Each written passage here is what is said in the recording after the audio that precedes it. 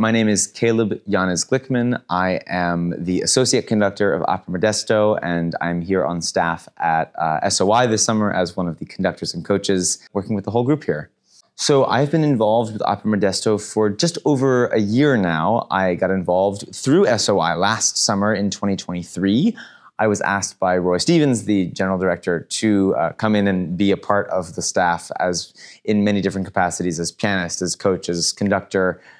Through that experience, they asked me if I'd be willing to conduct on the January production of their last season, which was Sherlock Holmes and the Case of the Fallen Giant. And then I also came back in April to then work on their production of Tosca as assistant conductor with music director Ryan Murray. And ever since, we've been developing a relationship, and I'm excited to be able to come back this season. I'll be conducting Le Nozze di Figaro in September, and then I'll be conducting Hansel and Gretel in January as well. I got started actually on stage. My first degree is in vocal performance. I'm a singer by trade in many respects, but I don't like to tell orchestras that on first glance because they get very biased about it.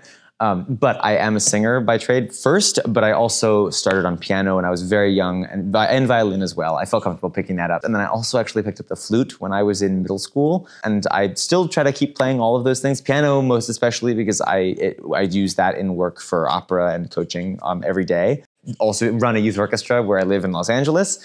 So I work with kids of this age very regularly when I'm back home. And so I think I got started through stage experience. I was also in a children's chorus in Los Angeles. And through that experience in choir, I was part of the group that was a filler group for whenever the operas would need a children's chorus.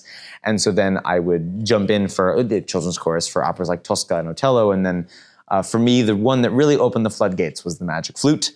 Because there are these little spirits who sing, the little three boys that sing throughout the opera, and I was one of those roles very early, and then it was all game over after that. I couldn't do anything else. People ask me, like, oh, do you do opera conducting or do you orchestra conducting? And I think it's a really silly question because at the end of the day, it's all the same 12 notes, and you have to do orchestra conducting if you're doing opera conducting. You have to do orchestra conducting, but you just have to do it with one hand because you've got the orchestra down here and you've got the singers to deal with up here on the stage. And so I really enjoy conducting in operas, and I think it's really gratifying because it's a truly functional purpose where sometimes great conductors tend to, gesticulate, and you go, how is anybody following that? And the trick is that they might not be.